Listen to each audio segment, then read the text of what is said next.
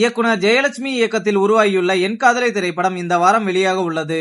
இந்நிலையில் என் காதலை படத்தின் பத்திரிகையாளர் சந்திப்பு நேற்று நடைபெற்ற நிலையில் அந்த படத்தில் நடித்த வாட்டர்மெலன் ஸ்டார் என அழைக்கப்படும் திவாகருக்கும் சினிமா விமர்சகரும் பத்திரிகையாளருமான பைல்வான் ரங்கநாதனுக்கும் இடையே கடும் வாக்குவாதம் ஏற்பட்ட சம்பவம் பரபரப்பை ஏற்படுத்தியது. இன்ஸ்டாகிராம் இன்ஃபுளுசர்கள் நடிகர்களாக மாறி சினிமாவே கெடுத்து வருவதாக நடிகை வடிவுக்கரசி மற்றும் இயக்குனர் மிஸ்கின் உள்ளிட்டோர் பேசியிருந்த நிலையில் தமிழ்நாட்டின் நடிப்பு அரக்கன் வாட்டர்மெலன் ஸ்டார் திவாகர் இந்த படத்தில் நடிச்சிருக்கேன் என பேச தொடங்கிய திவாகர் படத்தை பற்றி பேசாமல் மிஸ்கின் பற்றி விமர்சிக்க தொடங்கினார். இதனால் குறுக்கிட்ட பைல்வான் ரங்கநாதன் திவாகரை கேள்வி எழுப்ப இது பெரும் பஞ்சாயத்தாக வெடிக்கிறது.